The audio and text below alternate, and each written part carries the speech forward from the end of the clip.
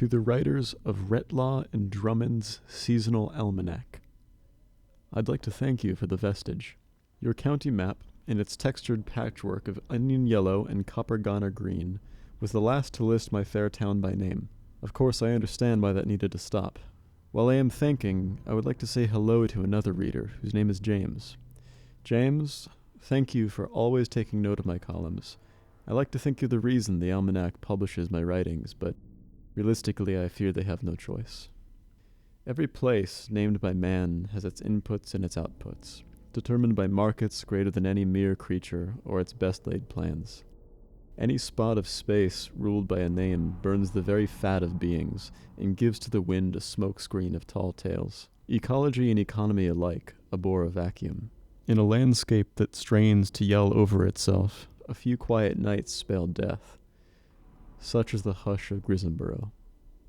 Let me tell you of the last of our borrowed time. Down the winding belts of former industry, past the gutted mills, now humming with mechanical mnemonic infrastructure, there is the formidable building where I roost, though the only sign of life to an outsider would be the glow of the plastic candle in my window. I set up shop here as a witness, having observed only from above the paper the disappearances of towns like Muncie, Drophaven, and Cornerhook. Sound familiar? No, they don't. These days, I am the only tenant present in my building, so my door is open to the dark wilderness of the halls. At one point, a heavy-set, dark-skinned hospital orderly lived downstairs. She must have gotten sick of commuting for hours, because I know of no hospital in Grisonborough. There's a clinic, but it's always closed. Its visiting hours sign bearing a clock with no hands. Occasionally I used to hear an older woman bluster in, slamming doors and raving like a feral cat. She would have arguments all by herself, perhaps stagings of real interactions from the past. Soon afterwards, a car would be heard accelerating violently into the distance. Even these visits became sparser and sparser until dropping out entirely. It was said that the landlady inherited the house from her father, who made his cut in the oil industry. She would often bring wealthy men in to be entertained, emerging at times with bruises and sucker marks. As her body gave out, this became less lucrative. When the slab of space I call home first dropped off the map, the winter nights took on a new quality, almost softer in the manner of sugar snow which covered our streets. On my walks around town, I would catch sight of certain forbidden scenes. I passed an industrial facility with a 12-foot spiked fence. On these premises stood a colossal white tent, as well as a whole host of cranes and girders and less nameable implements. In this seemingly protected lot was a party of 3 human figures. A man with greasy hair, dark glasses, and a paper bag on top of his head, a stout man with no semblance of a neck, and a woman who appeared scared, attempting to vanish inside of a windbreaker hoodie. Only the porthole in the front gave her a view of the others. The 3 sat, not around a fire, but a mechanical box with a window into its red-lit, wiry viscera. In this light, cradled in the young man's hands, was a certain creature. It would be hard for a spectator to say if it were a fat pink worm or a naked mole rat. The little being squirmed and silently opened its mouth so wide to the sky, its teeth protruding just a bit. The movements of this creature spoke in an ancient universal language of uncomprehending protest, of a blind little form assaulted by voices, by wind, by the beating of its own tireless heart. The entrance to the white industrial tent structure parted ever so slowly behind them, revealing blackness.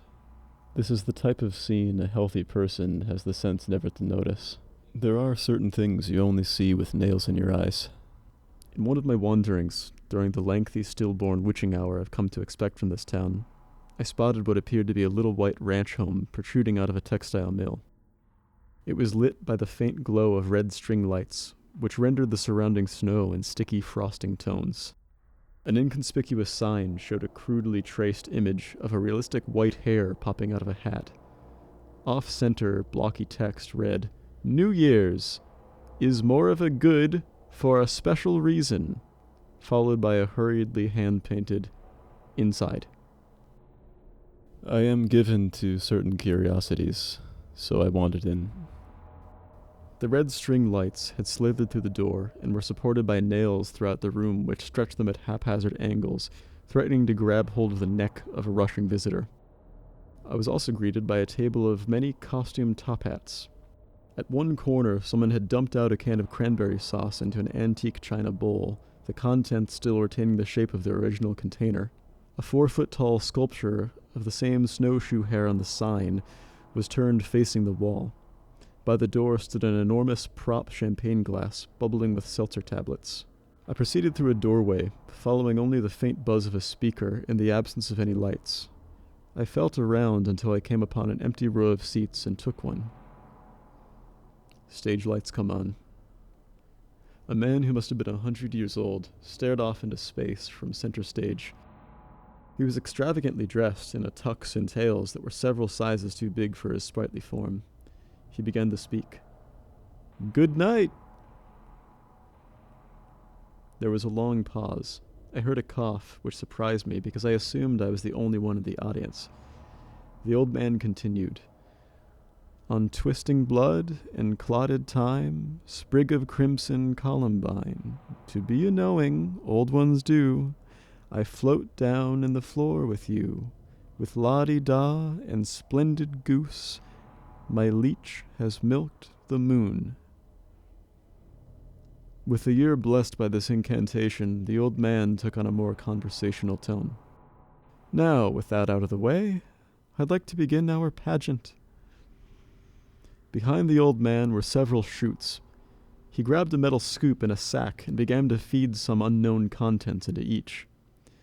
"A little bit of dust here, a little touch of gray. There sure are a lot of months. My father was a butcher, so he certainly knew how much they all weighed. He brought home a sheep on my birthday, and it still hasn't spoken to me. Call that a sweater." This last line got a laugh out of me. "Which brings me to the comedy portion of our show. Here is a year joke." A pre-recorded drum roll was cued with abysmal timing, slightly cutting off the old man's words and making him repeat himself. Sometimes there's a bird." On that cue, a man entered stage left. This man was the exact spitting image of a dear friend of my grandfather, who used to give lectures at nearby schools. He had a friendly head like a light bulb, ever-closed eyes, and a permanent smile of stoicism. Always a helpful gent, he rephrased and finished the joke. "Sometimes a fledgling robin will be born without wings. I want you to know that when it jumps from its nest, it is committing suicide." The old man's eyes burst open in mock amazement. "Smart little cookie!" A sound like a piano being punched and a slide whistle losing its way down a back alley played out. These two weren't bad, actually. The old man sang, accompanied by synthesizer. Little birds, why did you come from an egg? Little birds, little birds, little birds." Once the song was over, the old man drove a questioning little finger into the stomach of his guest and said, "Now I've got a question for you." The old man gave a nod to someone standing stage right, and a lifeless body was dropped, hanging from the ceiling by an extension cord. This was the exact spitting image of my grandfather's friend, who studied it, watching his executed double sway with a little rubbery creak. As a word in his defense, he said, "Oh, now come on." The host of the pageant said with a shrug, "We might as well get to the new season." On that cue, but with no further warning, stage lights were cut, leaving the room in pitch darkness.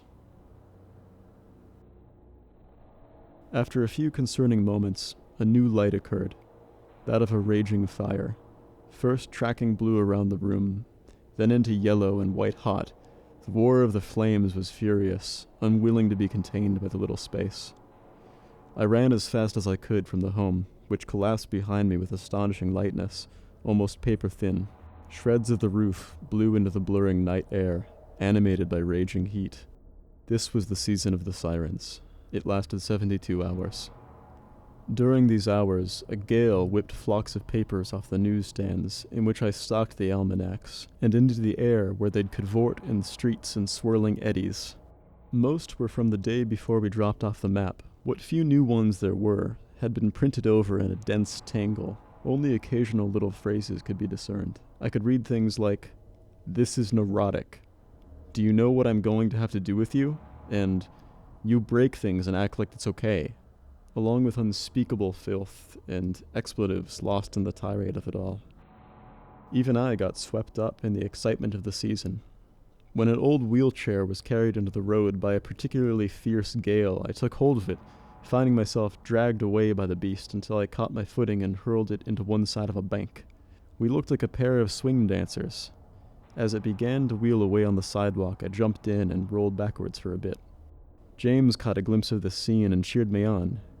He was hurrying through the streets, balled up in a hoodie.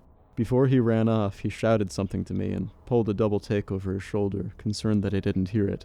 Remember something. The winds of the siren season soon ceased. One night I could hear them blaring, off-key, ascending and descending chromatically.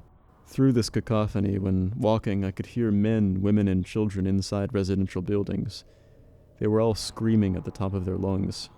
I could even hear their throats giving out. The lights were never on. The season was not without fertility. On the third night, I came home to find the door to the attic left open. Following the stairs, I found this loft space that was lit up and seemingly inhabited at some point. In the muck of a clogged sink, there were things moving, too bulbous to be rats, too clumsy to be fish. Pristine tulips were growing out of the floorboards that I found smelled strongly of ammonia. While investigating, I was startled by the clanging of an enormous fire bell. Its tempo was sparse and erratic, allowing plenty of time for each strike to resound. I couldn't help but wonder what triggered it. As I was following its wire, I noticed something just a tad off. The fire bell was becoming furious with some new jammy redness. Soon it was hypersaturated beyond any named color. All this excitement was too much for mere matter, so it began to drip, sopping with such perverse life as to heave a wet confession. Like a horde of drunks commiserating, all objects bloomed and fermented into their own nauseated shades of a lost and wretched autumn. Bright, fleshy rust, purple like prune-stewed liver, screaming rubber yellow, and a few which would laugh at names. There was a hard knocking at the front entrance. I still have no idea who it could have been. I deadbolted the door and slept on the stairs that night. Occasionally I'd wake up from fitful sleep to check out the window for vehicles. Nothing. As is the way of nature, this season burnt out. It exhausted the very last of the town's energy, and all that was left was the season of the end. It has been said that a total vacuum will often entertain wild fluctuations of matter. The season of the end had its own ecosystem, just as the burnt-out electrochemistry of a substance abuser may give way to seizures and hallucination. I'd see little things out of the corner of my eye, not quite creatures, not quite charms, skittering through the halls. A mantis made its way from door to door, rolling an 8-ball with scissor scrapes of its scythe-like hands. Bulbs on the street lights began to burst, as if the air was greedy for their source of power. On the last night, there was only the moon and my little plastic candle. I returned home from an entirely silent walk, kicked off my shoes in the hall, and wondered about the nature of time, noting the new characteristics that sound had taken on when reverberating. I approached the beacon of my plastic candle and looked out at the black canopy of rooftops. "What are you doing?" Your voice, James, sounded nauseated, as if some deep wrongness had wrenched your viscera, twisting your mouth open into a snarl. I reflexively stumbled back behind the table, before being somewhat relieved at the sight of my old friend. However, he did not look well. James was sitting in the cigarette-burnt recliner I had rescued from a curb, blending in well with the tobacco stains. He had always been a very skinny man, but now looked like a mere shock of wrinkled skin, winding its way up the upholstery. James continued, "You know we're not supposed to be here. What is... Why are you still here?" I stared absently at the cheap warmth of the candle, walling off several thoughts and unruly feelings. "Well, it's not for the food, I'll tell you that much." He continued, undeterred.